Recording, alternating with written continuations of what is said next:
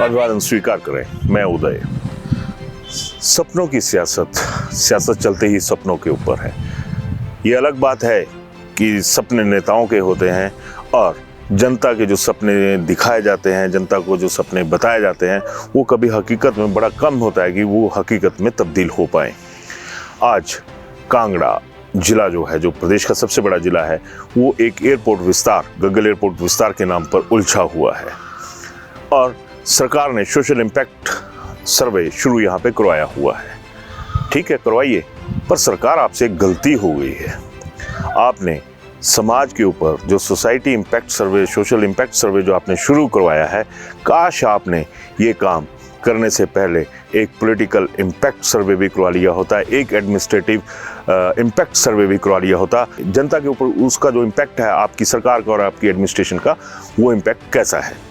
Society से जुड़ा हुआ मसला था, तो आप लोगों ने इसको सीधा दरबार में उतार दिया कि सोसाइटी और सोशल इम्पैक्ट सर्वे जो भी है, जिसको नाम दिया गया है CI का, वो आपने शुरू करवा दिया। तो थोड़ा सा ये वीडियो देखिए, शायद आपको होश आ जाए। जो लोग हमारे एक तरह से ज़मीनी तौर पर परमपिता परमेश्वर मानते हैं अपने आप को, उनके बारे में जनता क्या राय रखती है। ये वीडियो देखिएगा जरा। एसी रूम में बैठे होते हैं, यहाँ से रूल पास कर देते हैं कि यहाँ पे एयरपोर्ट बनना चाहिए, इंटरनेशनल एयरपोर्ट। ये अनुराग ठाकुर जी, ये किशन कपूर जी, ये CM साहब कहते हैं कि हाँ जल्द से जल्द काम होना चाहिए। क्यों जल्द से जल्द काम होना चाहिए? इनकी पर्सनल प्रॉपर्टी है। हम क्या बैठे हुए हैं यहाँ पे? हम पागल हैं, लोग यहाँ के सारे पागल हैं। हमने इनको इलेक्ट किया और यही हमें उजाड़ने पे बैठे हैं। हमें इस चीज का जवाब दिया जाए। ये आके CM साहब जो बोलते हैं, पहले जो हमारे पहले वाले CM जयराम ठाकुर जी थे, उन्होंने कहा कि मेरा सपना है। ये सपना देखते हो तो वो सपना देखो ना जिस जो वैलिड है। किसी के घर को उजाड़ के क्या सपना देखना? इनको बोलो कि ये पब्लिक के बीच में आए, जो सपना इन्होंने देखा है वो पब्लिक के बीच में अपना सपना बताएं कि ये मेरा सपना है इंटरनेशनल एयरपोर्ट, यहाँ ये 14 गांवों को उजाड़ के हमने ये सपना अपना साकार करना है। हम एग्री हैं इस चीज के लिए। उनको आके बात करें ना हमारे बीच में कि उनको टेंशन दी हुई है। ये जो महिला है, ये प्रधान है उस एक ग्राम पंचायत की, जो कि इसकी चपेट में आ रहा है। देखा दम, देखा आप लोगों ने कि एक काम महिला में कितना दम हो सकता है।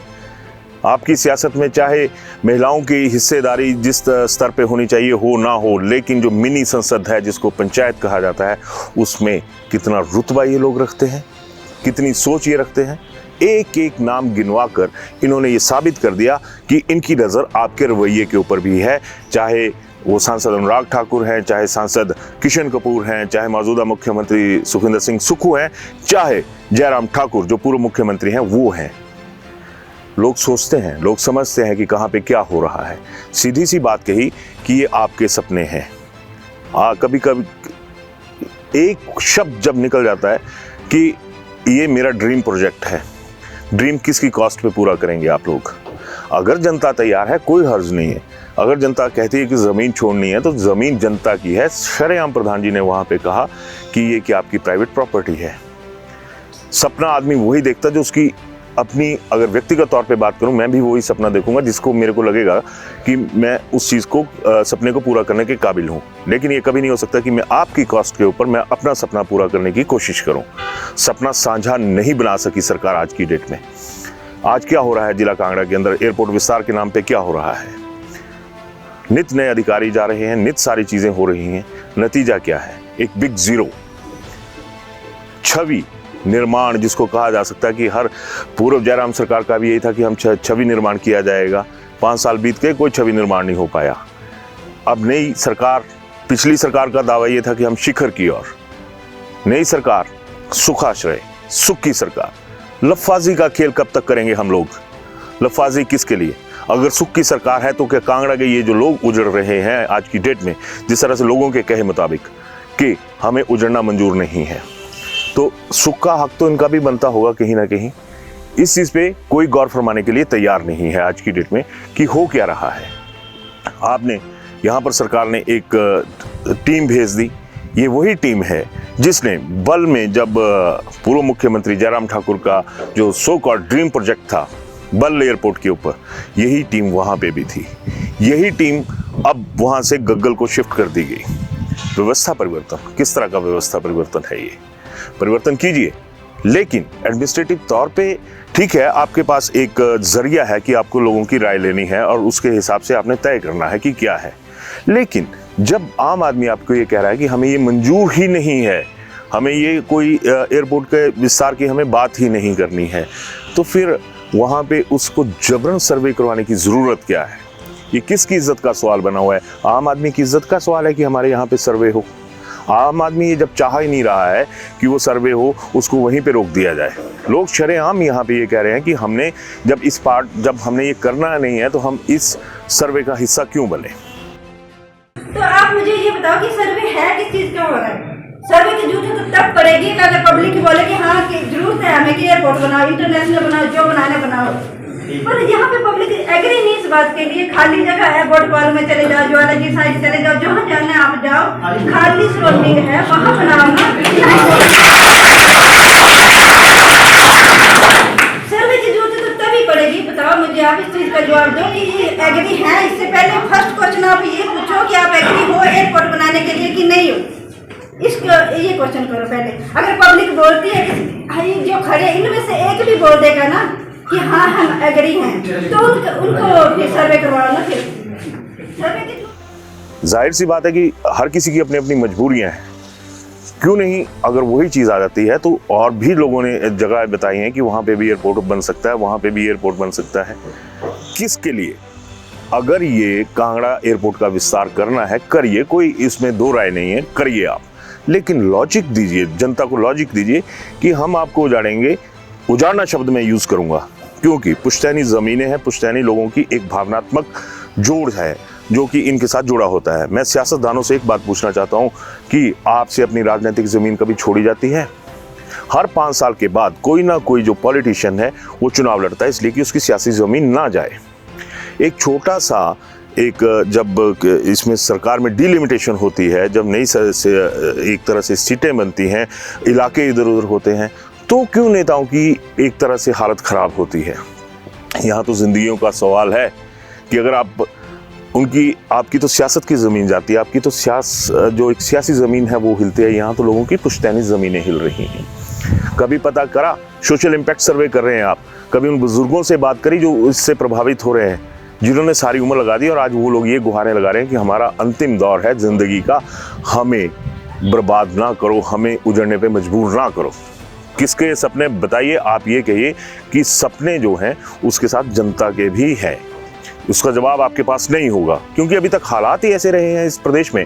और ख़ास करके मैं धर्मशाला की बात करूं कि आम आदमी को कोई फ़ायदा होता नज़र नहीं आ रहा है। मैं ये चाहूँगा कि सरकार ये भी सर्वे करवाए कि कितने लोग जो हैं वो धर्मशाला में जाके अपना रोज़गार चलाते हैं। पूरे कृषि प्रधान इलाका है ये, द मोस्ट फर्टाइल लैंड। सबसे ज़्यादा जो नकदी फसलें हैं वो यहाँ पे हैं। जिस एरिया में आप बैठे हो, यहाँ के जो लोग हैं मैक्सिमम एग्रीकल्चर पे डिपेंड है। इनके पास कोई भी और सोर्स नहीं है कि इनकम का। जो मैक्सिमम एग्रीकल्चर पे डिपेंड है, अगर यही उजड़ जाएंगे कहीं और जगह, आपने माना कि इनको 1 कनाल जमीन दे दी, उसके अंदर वो कितना कमा खाएंगे और कितना अपना रोजगार चला पाएंगे, ये बताओ आप।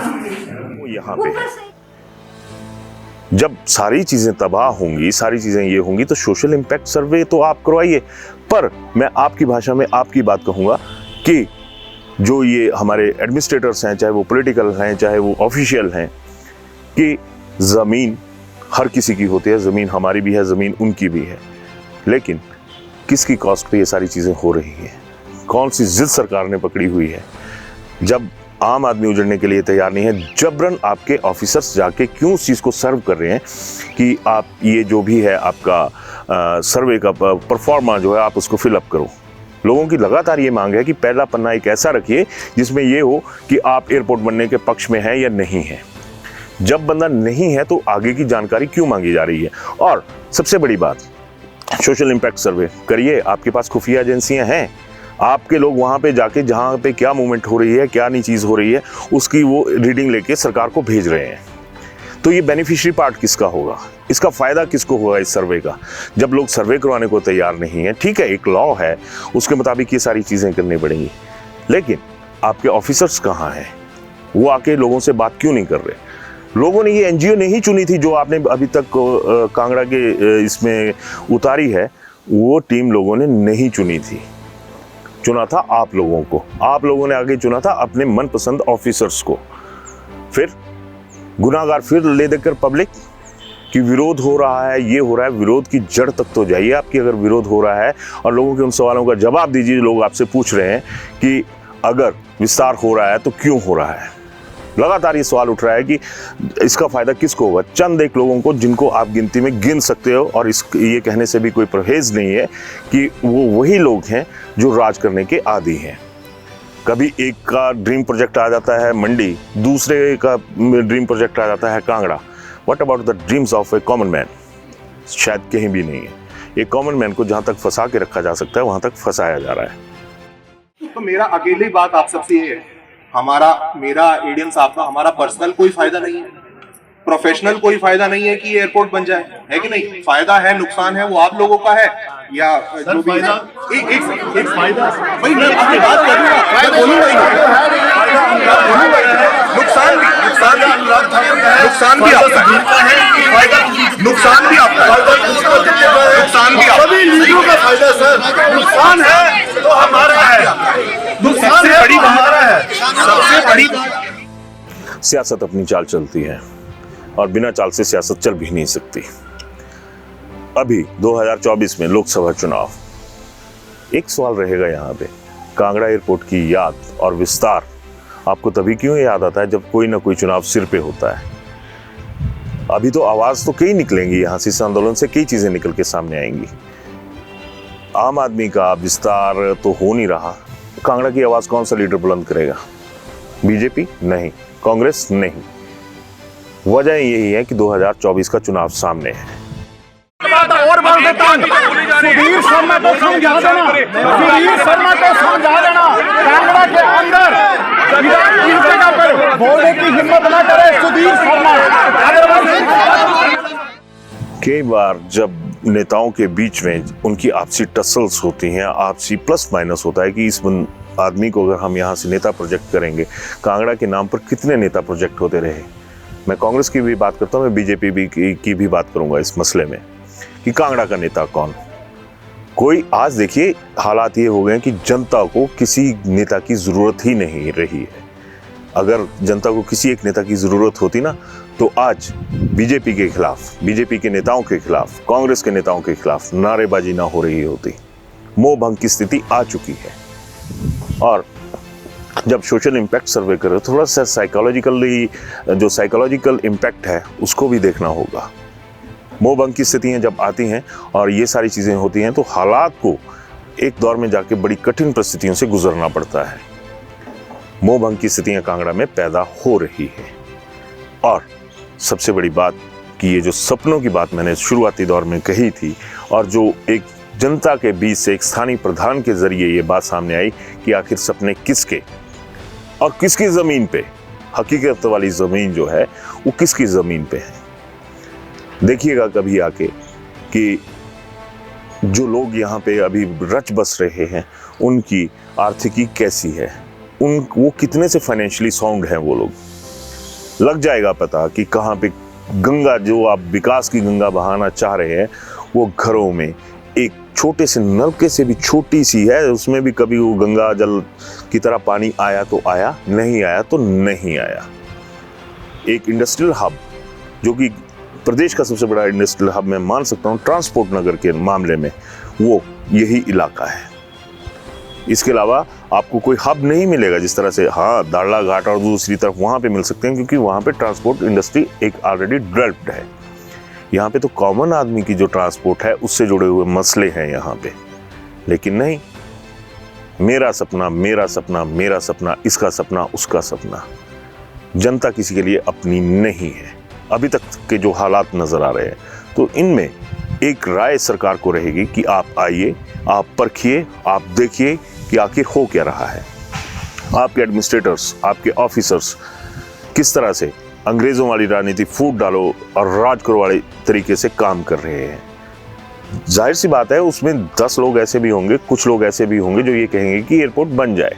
बाकी जो इसके विरोध में है उनका पक्ष भी सुनिए, पर आपको ब्लैक एंड व्हाइट में क्यों चाहिए, आपको इन रिटर्न क्यों चाहिए, जब लोग सीधा ही मना कर रहे हैं। और किस तरह की आवाज़ लोकतंत्र में खासकर हिमाचल के जो नेता हैं वो सुनना चाहते हैं, ये आप तय कीजिएगा, क्योंकि आवाज़ आपकी है और मसला भी आपका है। तो ये तय करना भी आपकी जिम्मेदारी है, क्योंकि नेता भी आपके ही हैं जो मौजूदा दौर में चाहे सत्ता पक्ष में है चाहे विपक्ष में है।